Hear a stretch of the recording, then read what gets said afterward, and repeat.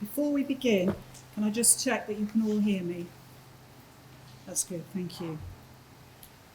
Your Royal Highness, Lord Lieutenant, Vice Presidents and Trust officials, honoured guests and members, welcome to the 79th Annual General Meeting of the Wrns Benevolent Trust. We are privileged to be able to use the Collingwood Hall at HMS Collingwood for our meeting today, and the Trust is most grateful to Collingwood's Commanding Officer and our Vice Chairman, Captain Catherine Jordan, and her team for their support in making today possible. Your Royal Highness, may I now invite you to address our honoured guests and members. Well, ladies and gentlemen, a pleasure to join you. We did wonder whether we'd get to this stage, didn't we, after last year, but it's so nice to see so many of you here. And thank you very much to Collingwood for your hospitality today. I don't know how good you've all got at Zooming, or whether you're so fed up with it that you would have come whatever. But I hope that some of you have found it a useful addition to your lives. I'm fed up with it, frankly. Anyway, for those who come today and those made it possible, thank you very much indeed. We did have that, the last time we met, we were talking about what technology could do for us, but we didn't really anticipate that we'd have to live on it quite so comprehensively for such a long time. However, I suspect we've all learnt a little bit about where it is truly valuable, where it can make a real difference, and the bits that it simply doesn't cover. And for aspects of the Benevolent Trust's work, it is patently obvious that we still need the face-to-face, and it's the meetings with people that really does make the difference, and that ability to have personal contact. But I'm hugely impressed that the Trust really hasn't had to interrupt its ability to function, its inability to respond, and indeed the generosity of those who have left legacies, which again is remarkable in this last year, which gives us the confidence to be able to go on responding. Now that's changed slightly this year, as I'm sure you will hear and I'm sure you've been able to read, but it does give us the confidence to respond to people, whatever that question might be, and it may change. I'm equally impressed that in some ways there haven't been quite as many approaches for grants. And that may say something about Wrens' attitude towards how much in need they are and whether this isn't a good time to be asking and that they can manage. And that maybe in the next year things will start to increase again as they get back to trying to live like rather more open lives and realise where the gaps are in their existence. But as always, if you read the letters of thanks and the differences that those little things make, patently there is scope for a lot more of that in the future. To the Chairman and the Treasurer for keeping tabs on what is going on virtually, again, a big thank you. It does mean there's a different way of doing business, and of course our grants and assessing our grants and who's going to get them continues. You've all worked a bit from home, and I'm pleased to see that you seem to be pleased to be back in the office, which I'm delighted to hear, because I think that does make a difference. The donations have continued. I think that says a lot for both the response to the technology and the Zooming, but also those who have a knowledge and understanding of what the Trust can do, the links with the association and other charities in the Royal Navy, Royal Marines, who understand how to spread the word. That network on the ground is equally important, whether you're meeting or not. And I suspect all of you have had a part in that. And I suspect there are a few who can't come today, and that the same will be true. The support has come from all over. Fundraising in different capacities has continued. That's true in Canada and elsewhere. And maybe part of this year has also highlighted our links where Wrens have gone to be it in other Commonwealth countries or wherever they've gone in the world, that has actually looked through the technology to be more engaged. That's good news for the future as well. You took to eBay enthusiastically, I gather. It was raised a bit of money. eBay sounds rather inviting, doesn't it? But it's actually quite hard work to do, so well done in getting that done. People sometimes say, oh, why don't you go on eBay? Until you start to try and do it, and then you realise it takes rather more time than you had available. Looking to the future, though, and this is whatever happens, and whatever happened last year, this was going to happen. The actuarial review and a strategic direction working group that has been established to consider how the trust should function in the future. Now, that group comprises trustees with specific skills to propose options to enable the trust to continue to deliver its objectives to the very last eligible beneficiary, however long that takes. That could be for another 40 or 50 years. So we need to have a look at the future and how we're going to respond to it. And the options are due to be presented to the full trustee board later this year. And I think the members will be kept informed of developments as they mature. The working group does have a very clear goal to meet. So whatever the arrangements that are made for the future, all those eligible for support will always be provided for. And that's a guarantee of that option.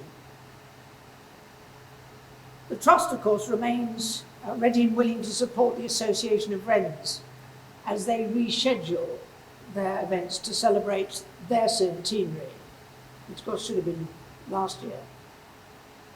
Fortunately, and some of you may have been there, the event to mark the occasion at the National Memorial Arboretum did go ahead in late June. And I was delighted to be able to attend and dedicate the Association of Wrns centenary stone. I don't know if anybody was here. It was a very well attended day. I was hugely impressed, and I hope many more will take the opportunity to go there. But it was in every way a fitting tribute to 100 years of the association. But it is very much there for the future as well, in a very appropriate place.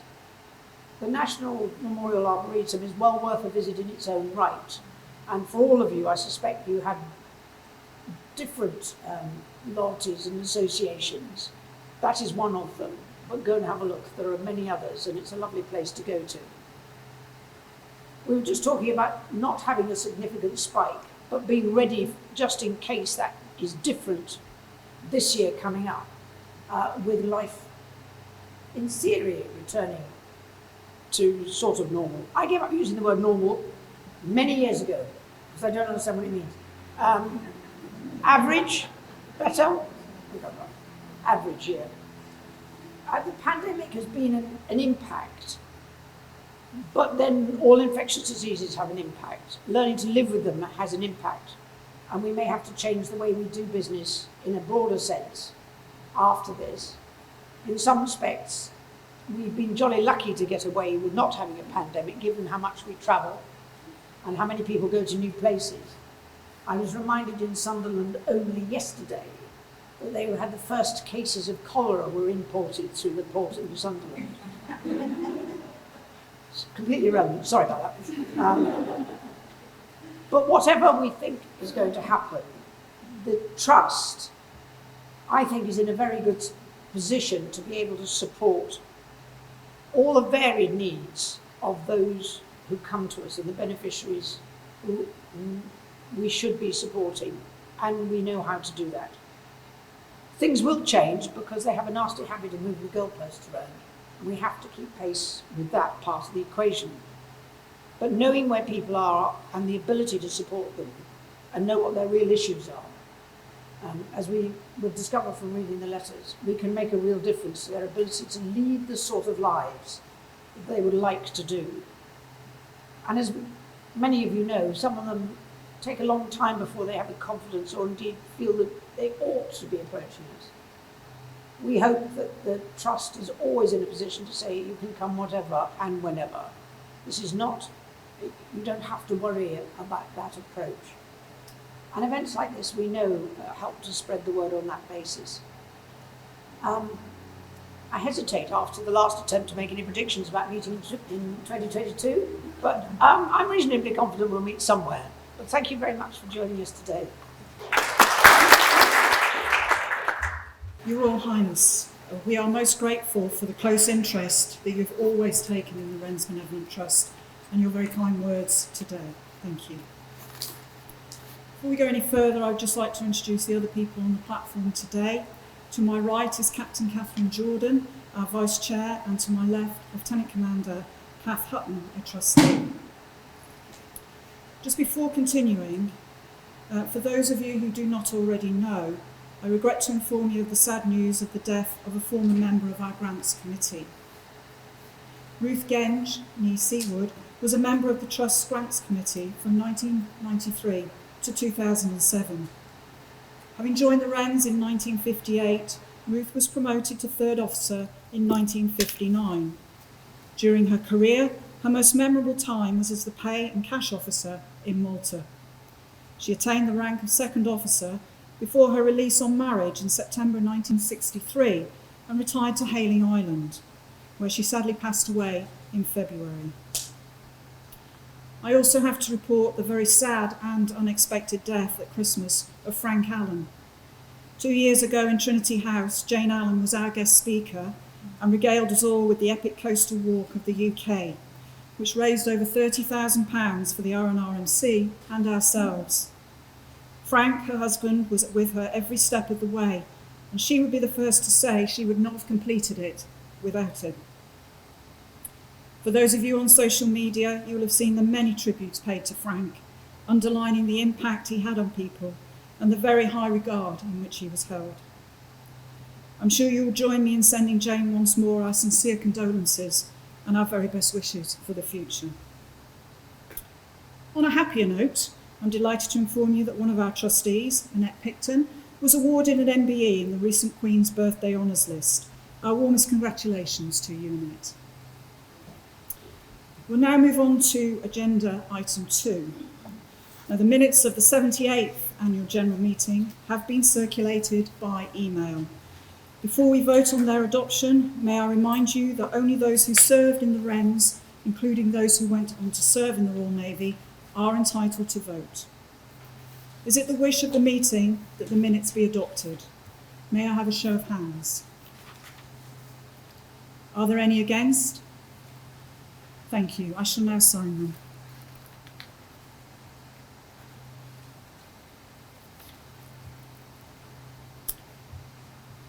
Moving on to item 3 then. I will now take the usual course of going through our annual report for 2020, picking out points of note and beginning on page 5 with the risks. I don't intend to reiterate what is written there, but suffice to say the Trust takes risk management very seriously and had to make several changes to its working practices last year as the demands and the unique challenges of the global pandemic developed. With the elderly and vulnerable shielding, and with caseworkers, local authority staff and the Wrns BT staff all having to work from home, casework was unduly affected. It was very difficult for some cases to be presented via the normal computer-based case management system, and so various workarounds had to be adopted and in some instances developed.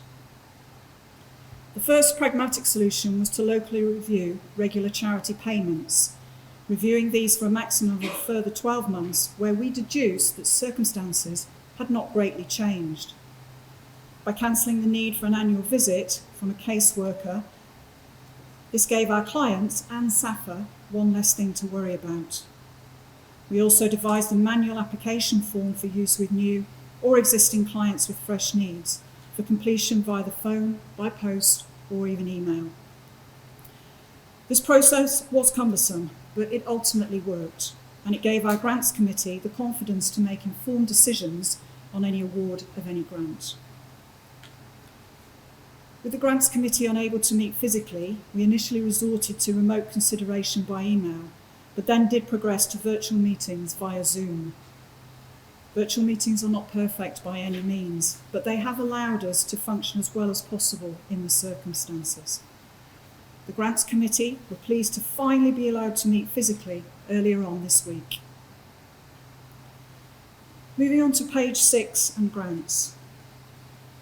Last year we assisted 170 beneficiaries residing both in the UK and overseas. This represents a small drop from 184 in 2019. A decrease in numbers would be expected due to the decreasing size of the Wrns population, and they are in line with the most recent report from the actuary.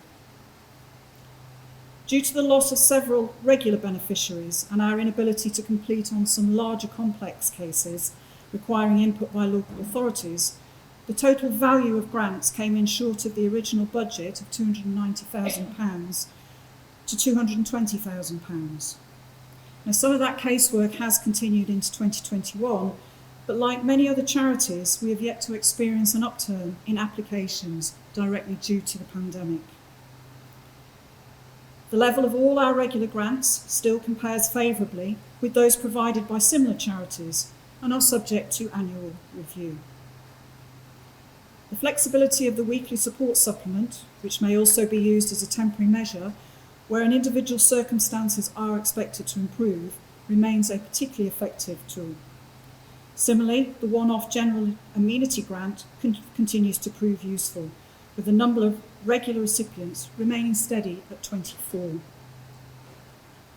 Setting regular grants aside, the next highest area of expenditure of £23,499 is on medical aids.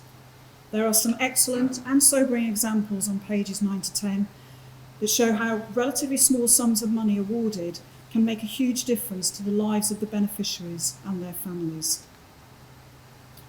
At this point, I'd just like to mention one lady and her family who we both helped and gained additional assistance for. This 49-year-old former Wren and Royal Navy rating, long divorced and living with her 2 children, aged 19 and 23, had had previous assistance when her children were young and returned to us years later during the first lockdown. She was in a distressed state while a hospital inpatient. She was suffering from severe seizures, tremors, confusion and speech problems, had no definitive diagnosis and was fearing brain damage. She'd had to give up her driving job and was presently sick from a temporary admin position she'd only just recently acquired.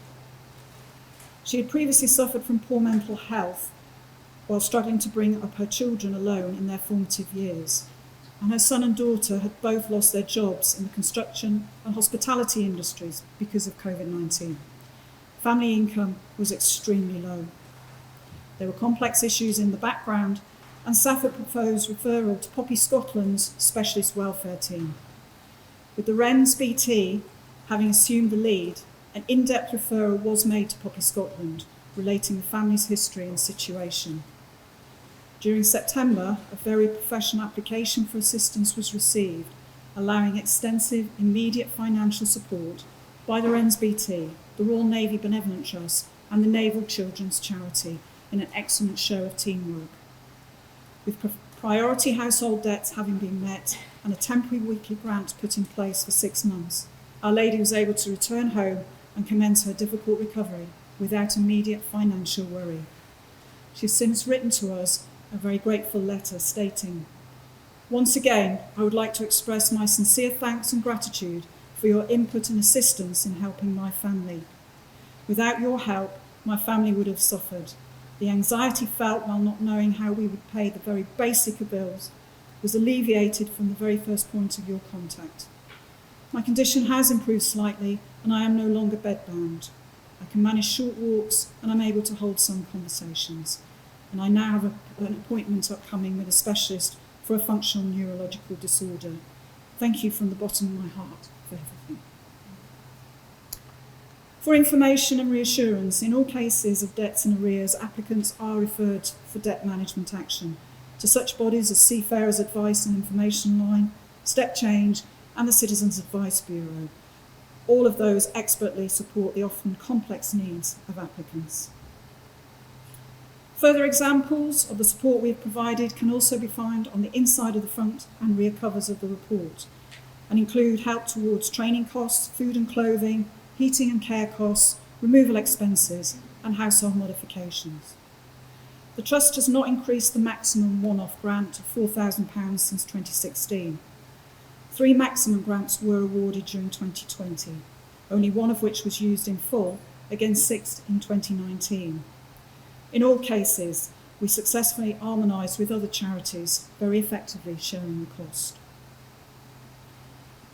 I would just like to draw your attention to the expenditure on education grants, where award increased significantly in 2020 compared to 2019, but remains low historically. Our Royal Charter allows for those wishing to retrain in order to be better able to support themselves and their families. We would welcome new applications and are currently looking at means to communicate this fact to the members. The number of applicants approaching the Trust for the first time was 40, a decrease against 55 in 2019. Returning applicants numbered 39, a decrease from 50 in 2019. The graph on page 8 of the report depicts the age breakdown of those we have helped over the last 4 years. You will see that the number of ladies in their 80s and 90s has not surprisingly reduced by a third in the last 4 years, whereas the number of younger women requiring assistance has remained steady. It is likely that many of these will continue to require a helping hand from the Trust, and we remain confident that the Trust's strategic plan, which is based on the 2019 refreshed actuarial review, is well-founded. As always, we are very grateful for the support provided by SAFA, the Royal British Legion, and the Royal Commonwealth Ex-Services League in identifying potential applicants and beneficiaries. The casework provided by these organisations can be quite complex, especially regarding younger applicants. Our grants administrator, Roger Collins, undertakes significant background research to ensure that your grants committee have all the information they need to make the right decisions. The reduction in cases at the moment now allows much more time and care to be spent on current and individual wider needs. As previously mentioned, the Trust works closely alongside other charities, sharing outreach opportunities. We are most grateful for the support of all those individuals and organisations mentioned on pages 13 to 14 of the report. We're also enormously appreciative of those who remember the Trust in their wills, and details of the most generous legacies and in memoriam donations received during 2020 are provided on pages 14 and 15, and our Treasurer will provide further details of our legacy income in her report. The Trust as ever remains extremely grateful.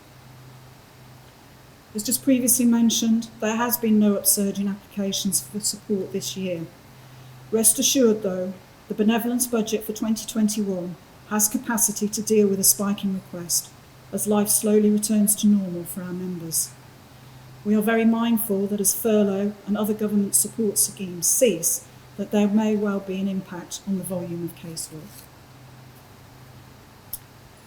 So unfortunately, our Honorary Treasurer, Maggie Boland, is unable to be with us today, and so I shall now call upon Lieutenant Commander Kath Hutton to present the balance sheet and statement of accounts.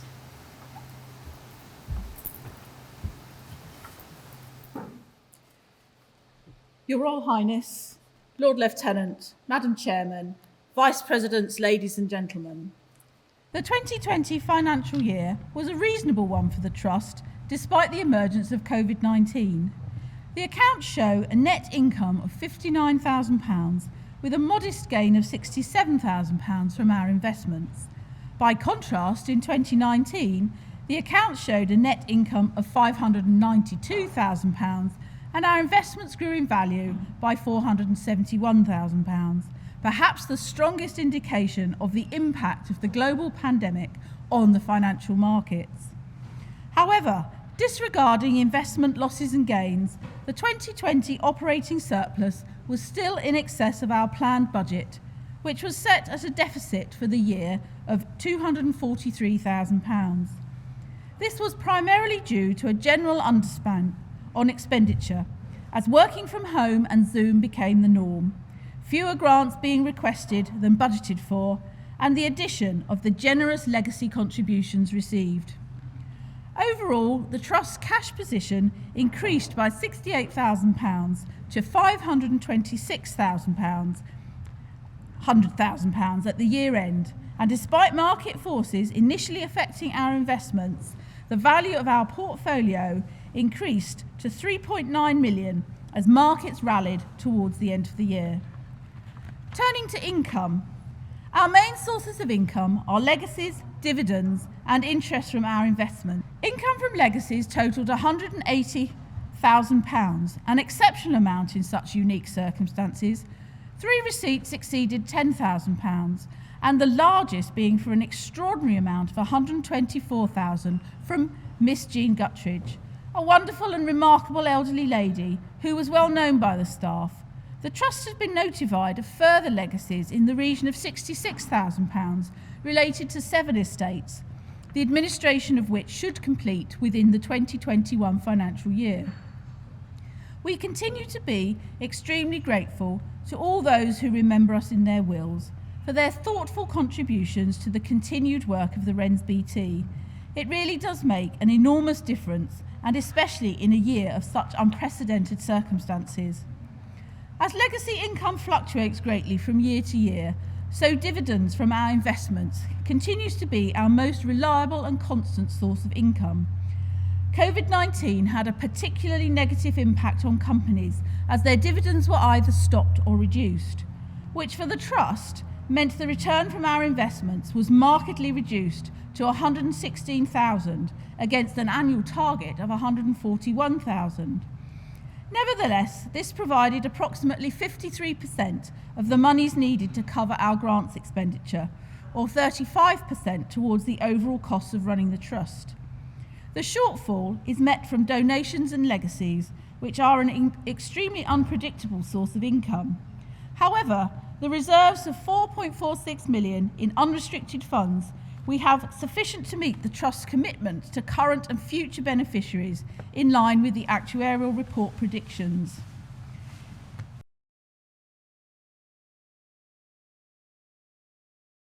Income from in-memorial donations has remained broadly consistent with the levels of 2019 at £5,200. Whilst fundraising has decreased, due in part to COVID-19, our loyal supporters and contributors managed a healthy £10,703, which included receipts of £2,000 from an online eBay auction of Wrens-related jewellery, clothing and memorabilia. Thank you to everyone who supported the auction, and particular thanks to Wrens BT trustee Alison Gott, whose superb working knowledge of eBay made a good idea into a reality. Also, a special mention to those supporters who have donated through their online shopping, seemingly our new norm during lockdown. Given the popularity of online shopping, it is likely to continue as a strong income stream for the Trust.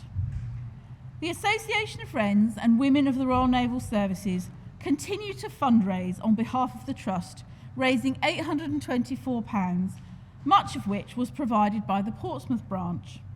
We would like to make mention and acknowledge the difficulties that branches faced as lockdown measures called a halt to their regular meeting and their fundraising activities. We're hopeful they will resume as lockdown restrictions are eased.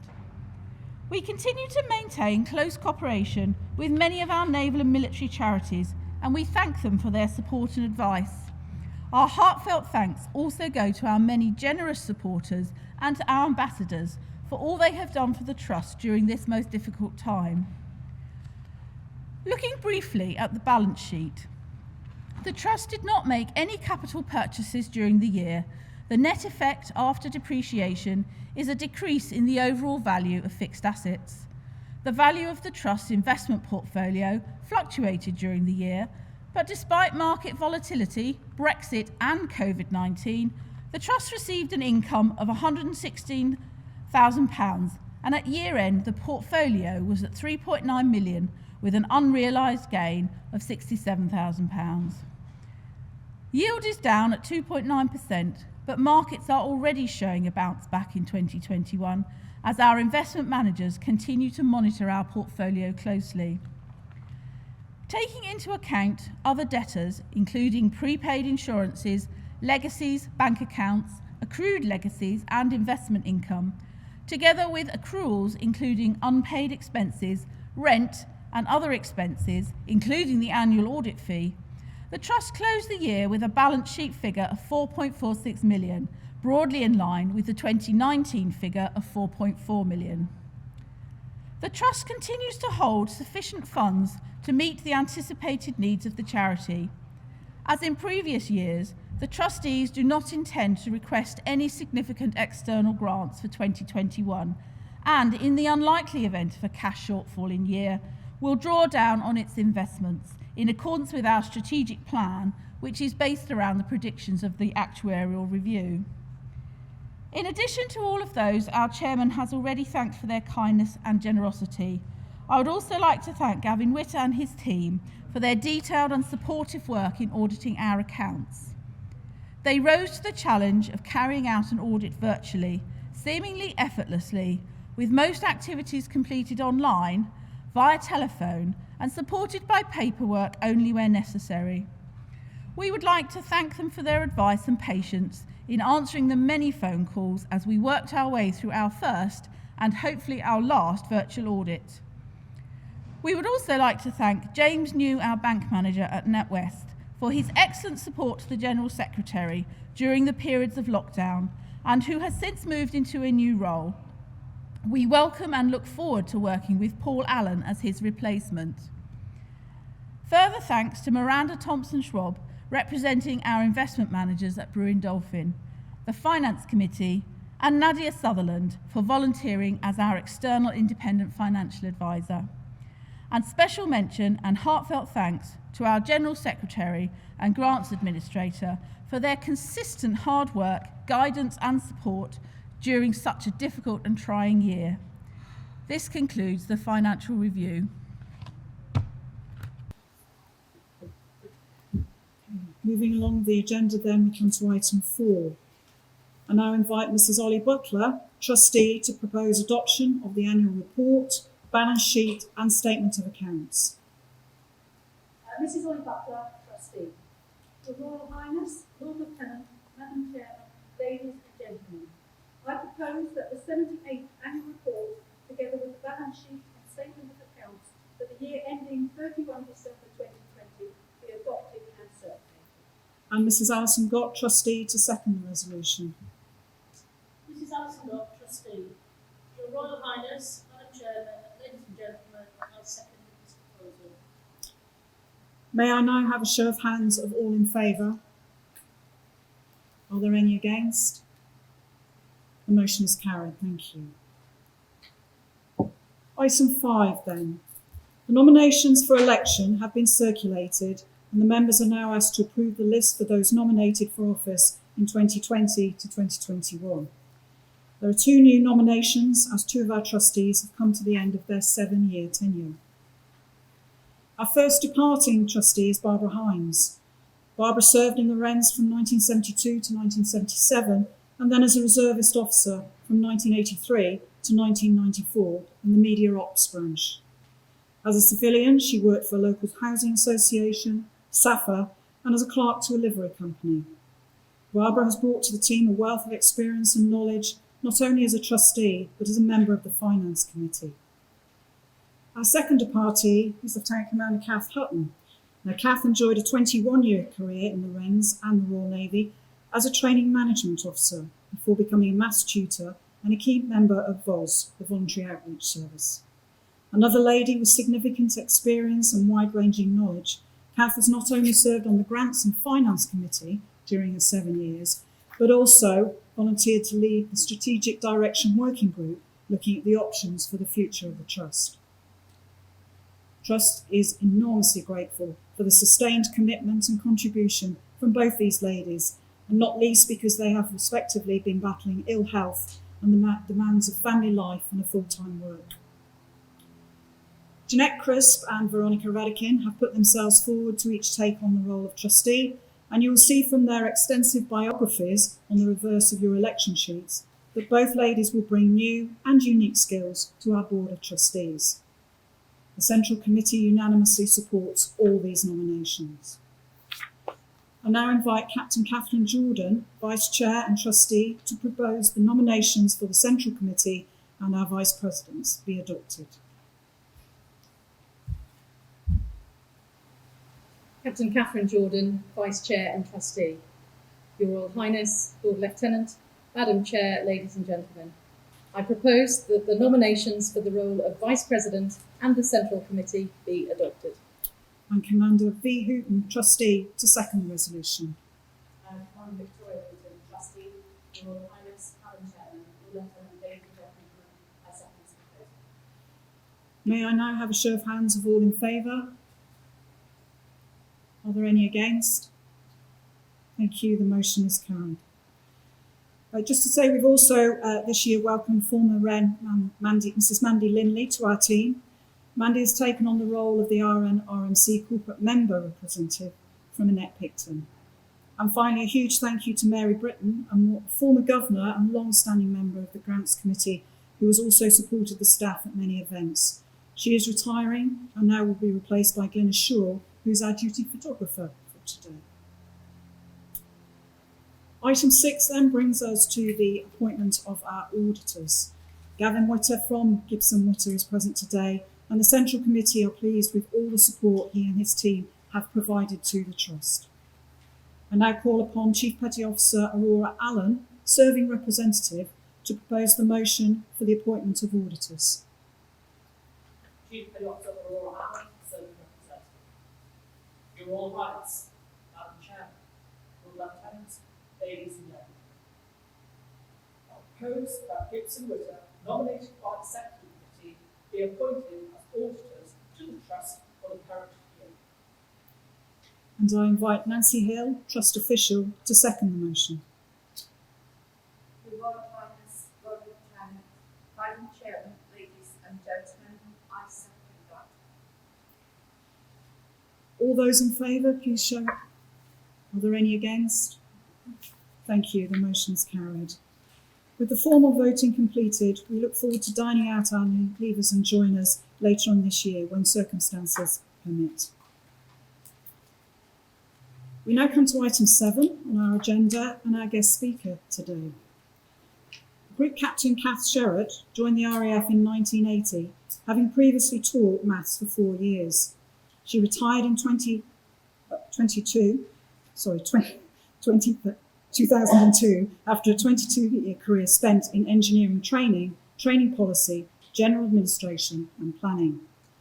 On retirement, she was the Deputy Principal at Newnham College in further education before returning to academic study. Something of a trailblazer herself, she has written a book entitled Women on the Front Line, British Servicewomen's Path to Combat. In this book, she explains how women went from unacknowledged participation in combat in the Second World War to the opening of all combat roles by 2018. She explores the first crack in the non-combatant principle, i.e. the decision in the late 1970s to train servicewomen in the use of small arms, and why the Royal Navy was the first to open its main combat role, i.e. seagoing service in warships, to women in the 1990s, and what those consequences were for the RAF and the Army.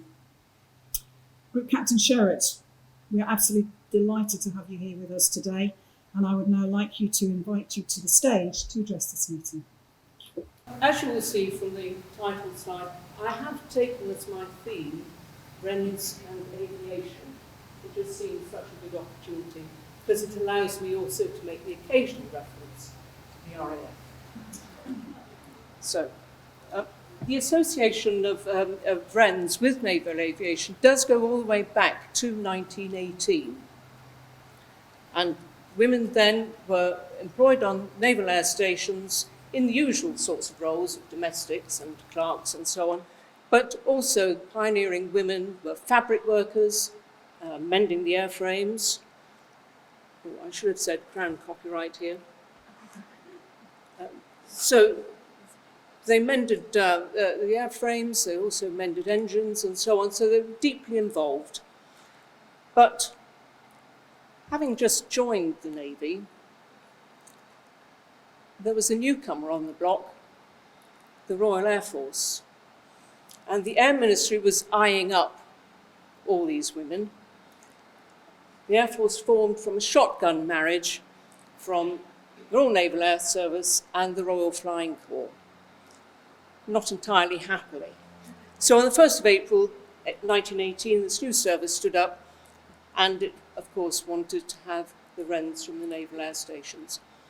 Now, nobody made it compulsory for the Wrens to transfer, so a lot didn't, but actually a huge number did, and you'll have to excuse me for quoting the numbers from my script here.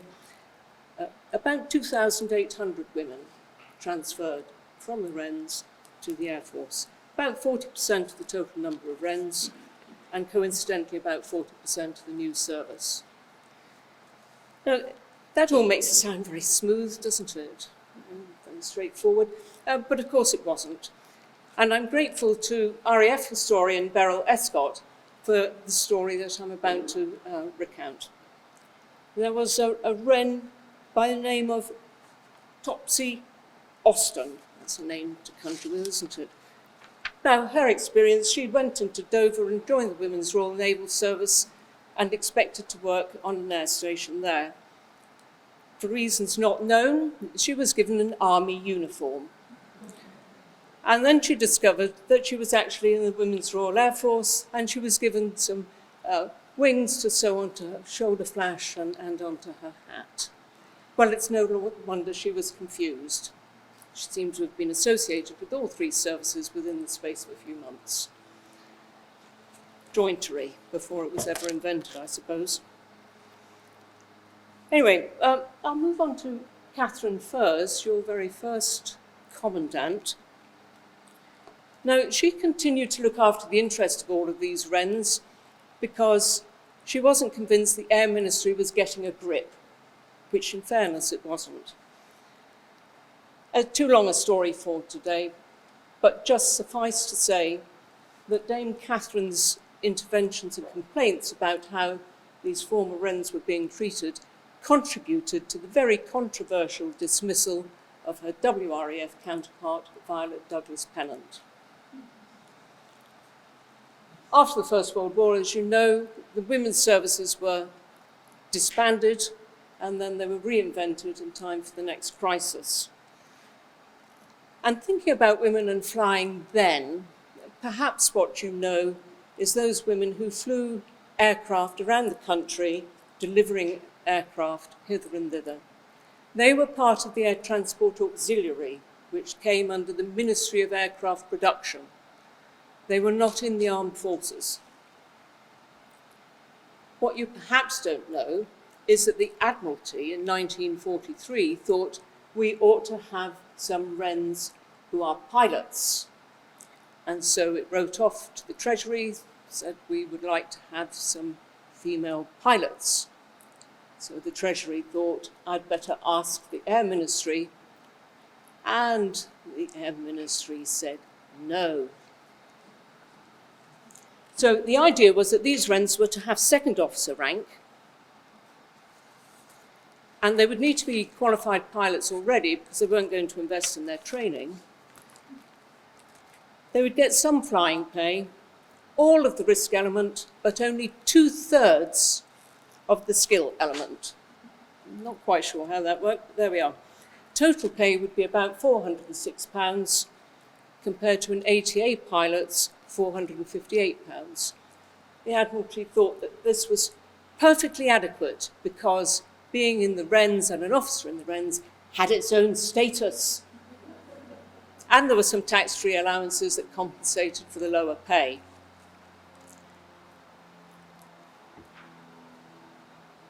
Men and women in the Air Transport Auxiliary had equal pay, a feat not achieved in the armed forces until 1991.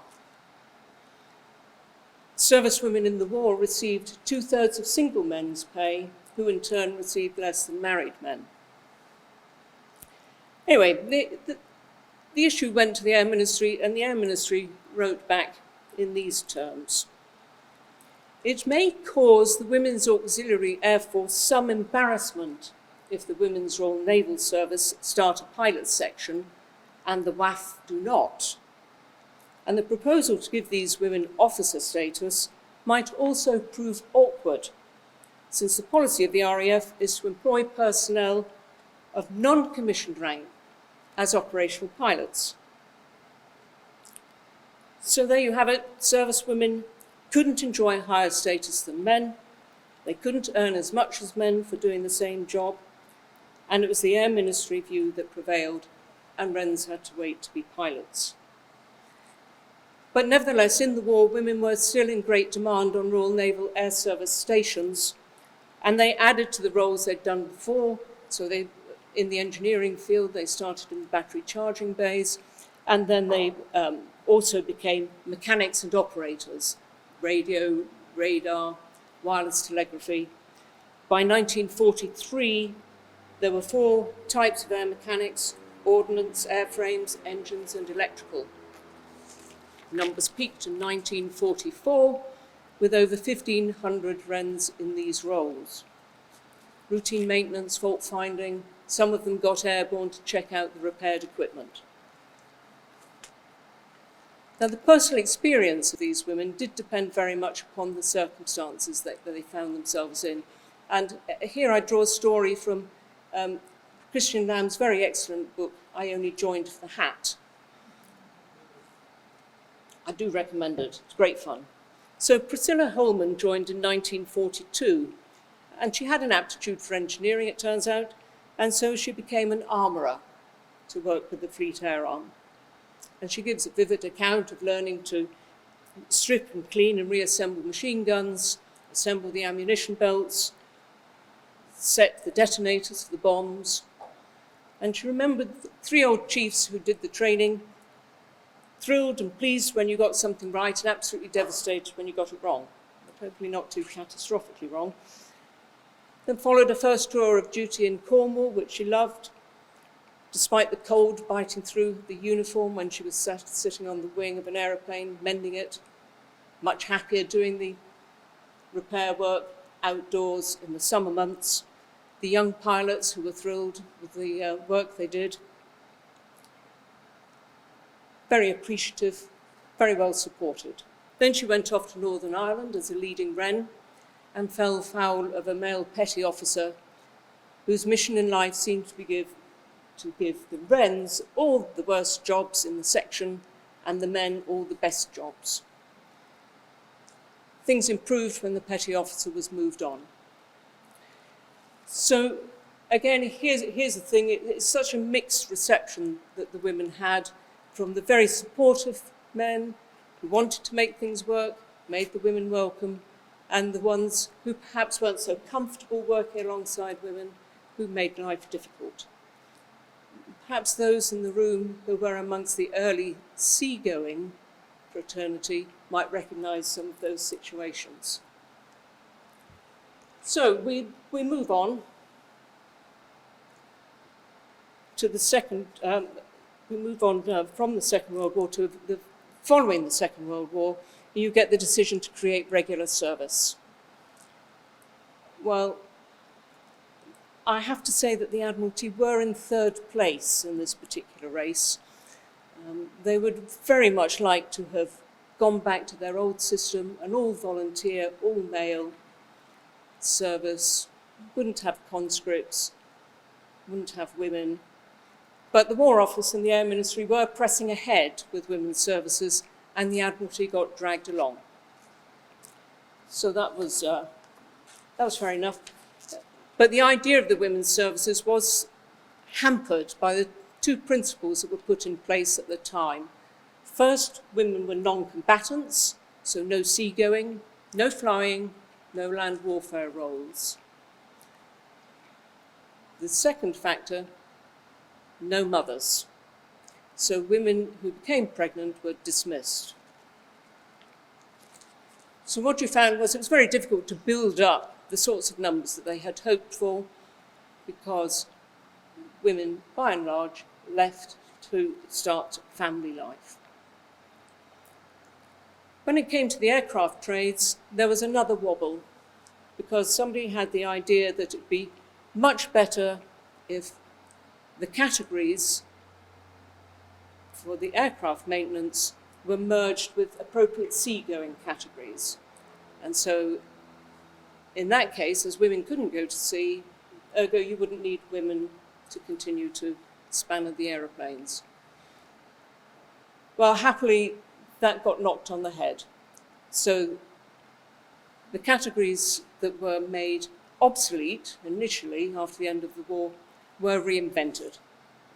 And so we end up still with air mechanics who continue to serve. I'm skipping ahead now to the 1970s because not much happened for about 3 decades. But then things started to take off in the mid-1970s. So we find ourselves with your Commandant Mary Talbot, and in her time, there were a number of studies done about how women should be employed in the Navy. After 3 studies and 4 years, there was a proposal that maybe some women could go to sea. They would serve in the seabed operations vessel. The only obvious flaw with the plan was that the ship was not yet built. The minister, Patrick Duffy, he gave up at this point, decided that the Navy wasn't ready for this, and so that was set aside. But there was a scheme in play about maybe having some aircrew. The numbers here were even smaller than they were for the proposed number of women in the seabed operations vessel. So there were to be 5 women sent for aircrew selection, to get 3 women into training to fill 2 jobs. Well. Now, Mary Talbot was very keen on this idea, and it appeared as though the Navy was very keen on this idea, but ultimately the numbers were too small, and they weren't actually short of men, so having a couple of women wouldn't actually matter very much, so they wouldn't do it. But the situation on aircrew was changing, and changing significantly, because of North Sea oil. And suddenly helicopter pilots were in great demand. And so in no time at all, the Navy found itself short of about 130 pilots out of an establishment of 600. Therefore, it became interesting to think about women again. Now, recollecting that the main obstacle for female pilots had been their exclusion from combat roles, a senior civil servant wondered whether, under the pressure of a serious shortage, we might manage to persuade ourselves to take a different view of this problem. So stepped forward Admiral Cassidy, the second Sea Lord. Now, recognising that offering only 2 postings, as the 1975 initiative did, wasn't very good, he thought we could include anti-submarine warfare helicopters to the list of acceptable postings. But how to get round the ban on women in combat roles, which was now enshrined through the exemption from the Sex Discrimination Act of 1975's employment clauses? Well, the answer was pretty obvious. We'll just say it isn't combat, as had been done when the RAF introduced the arming of servicewomen around about the same time. Now, although the Navy declined to follow the RAF's policy on arming, Admiral Cassidy thought it was a very helpful precedent. If the UK is now ready to envisage armed servicewomen in eyeball-to-eyeball confrontation with an enemy, then, in an emergency or war, there is unlikely to be strong objection to WRNS officers being trained for anti-submarine helicopter operations. And by including such helicopters, you could actually employ about 16 women. But he did sound a note of caution that this could compromise the exemption from the Sex Discrimination Act, And so the Admiralty Board would need to consider very carefully indeed any move that left the service vulnerable to all the demands of the sex equality movement. That demand, of course, being seagoing. Not sure that was very high up the agenda of the sex equality movement, but never mind. Now, avoiding calling anti-submarine warfare combat, Cassidy suggested it could be described as operational roles short of actual combat. But this didn't quite convince a Captain Briggs in the Naval Warfare Department who wrote, "The merry souls in a Charlie-class Soviet submarine may well feel they've been involved in combat if Jenny Wren drops a depth bomb on their heads." Seems fair enough to me as well. Now, the Navy Board sided with Briggs, agreeing that female pilots could compromise the Sex Discrimination Act exemption. They doubted the ability to hold women to their contracts as pilots because North Sea employers might just as easily poach female helicopter pilots as male helicopter pilots. And the whole experiment would attract a lot of attention from the media, and it would be very difficult to step back from it once it's all in the press. So it didn't happen. Nevertheless, Wrens were still involved, of course, with aviation because they were still working in the maintenance fields. And they were amongst the first to go to sea in the period I've been talking about. 4 Wrens embarked for 2 weeks in 1975 as part of an operational evaluation of helicopter support. This trial was repeated in 1981 with 4 mechanics aboard a Royal Fleet auxiliary ship. Now, the subsequent report praised these Wrens for their professionalism, but carped that they didn't join in with the mess deck culture. Anthea Larkin, at the time a chief officer, considered the report unbalanced and unfair. No attempt was made to compare these young women with male sailors for their first experience of seagoing, and also that 4 women in a smoky mess deck didn't seem a very appealing proposition. No surprise that they avoided it. Anyway, despite reservations, this practice of sending some women to sea to help on the support helicopter operations, that continued. In the big wide world, though, things were changing, and universities was the source of the first crack, if you like.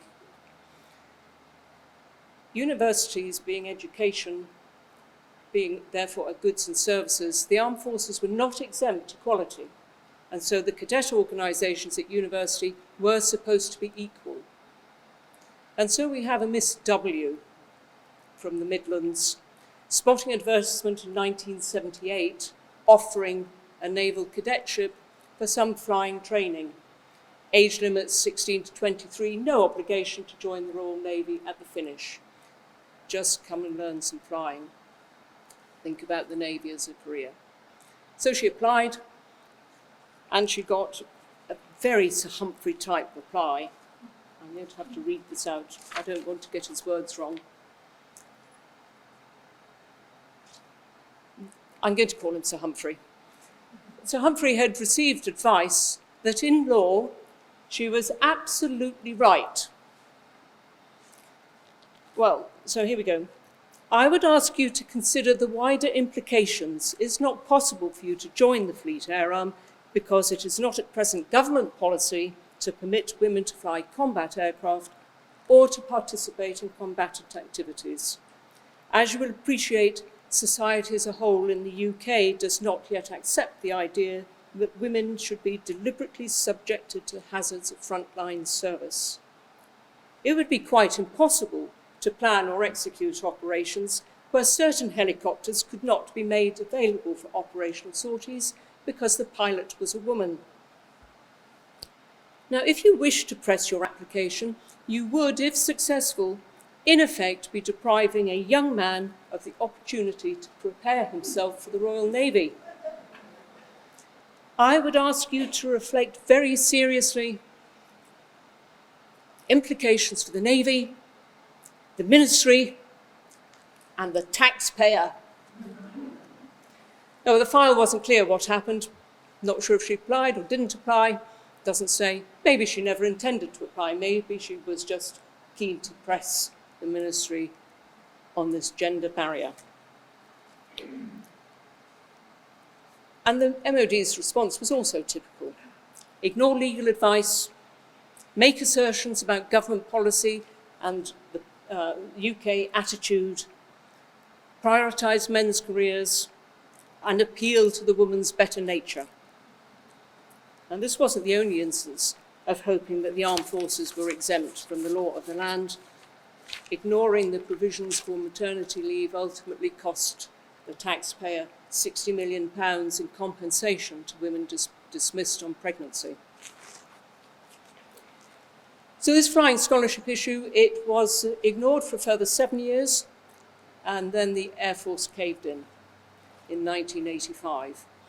It was obliged to open its university air squadrons, and that allowed women to start flying. And would you believe it, some of them were better pilots than some of the young men. And so the question arose as to, well, why can't they join the services? None of the services actually wanted to be the first to open their main combat roles. So the Air Force very cunningly decided that, well, if there are no weapons on the aeroplane, we'll call the aeroplane a non-combatant aeroplane. So women could join from 1989 to be pilots and navigators on the transport fleet, as instructors, and in certain helicopters. The Army, doing a big study on its women, said to the minister, we can open thousands more jobs, but not the teeth arms. We'll have a geographic limit. So women could be here, but they can't be there where the fighting is. And then it was the Navy's turn. Well, all ships had some weapons. There were no non-combatant ships, so they couldn't have the Air Force solution, though they tried very hard. And they couldn't do the Army solution because at sea there is no rear area and front line where the fighting is. So it found itself in the unenviable position of having to go first, which it did. And having open seagoing to women, the next obvious thing was to have a look at naval aviation. So in pretty quick order, it followed on that women would be allowed to be pilots and observers. I hope you noticed that I very carefully said observer and not navigator.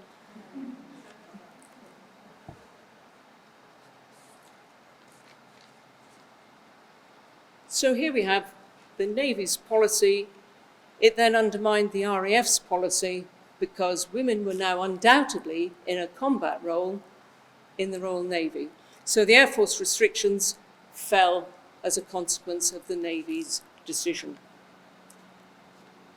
The Navy domino fell, it took the RAF with it, paving the way for a new generation of female recruits, women who would build on the proud tradition of the Women's Royal Naval Service, women who would not need to give up their careers if they also wanted a family, women who would go to sea, and women who could choose flying as a career. Thank you very much.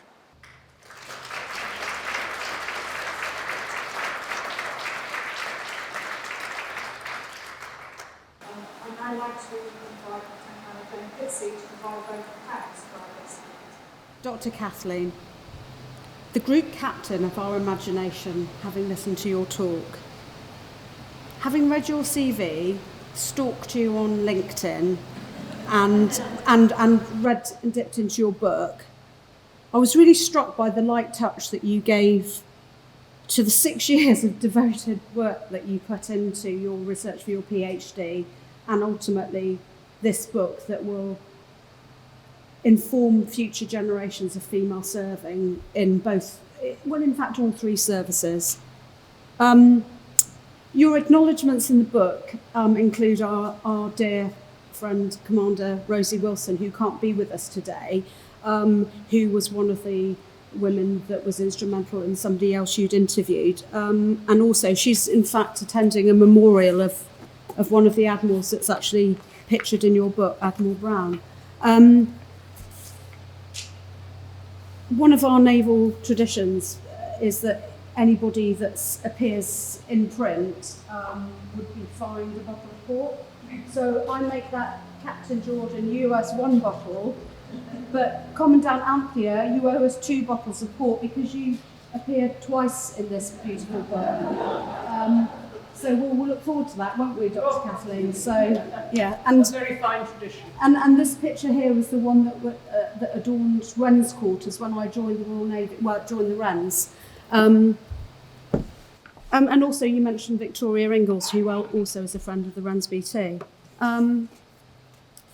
So many of your audience were internally whooping and cheering when the subject of your talk came up, because you'll be surprised to know many of the ladies in the audience were either air crew, show, and air engineers as well. I think there's a good dozen people here that were served, so they would be hanging on your every word. And many others of the ladies that sit in front of you, although not serving in the 1940s, obviously, were not were not afforded the opportunity to serve in the front line and have the exciting roles of flying or driving ships, amongst other roles. And I'm pleased to say that status and a hosiery allowance didn't hinder people's ambition to push women forward and fight for equal opportunities. And I'm quite certain that was the same in the RAF as well. But not even the Sex Discrimination Act or law seemed to have any traction at all. And again, I apologise for mentioning Commandant Larkin, but keeping pressing forward, even when society was the barrier, not the law, has allowed us to be where we are today, and has allowed us currently serving women having to go to sea as well as fly aircraft frontline. So we should all be very grateful, and your book beautifully illustrates how women kept fighting for what was right. So very many thanks for your beautiful talk. I thoroughly enjoyed listening to you. You're our kindred service person in Prussian blue. So a vote of thanks from your Royal Navy, from your Navy Blue, Wrens and RN audience, for your fascinating talk. Thank you very much, ma'am.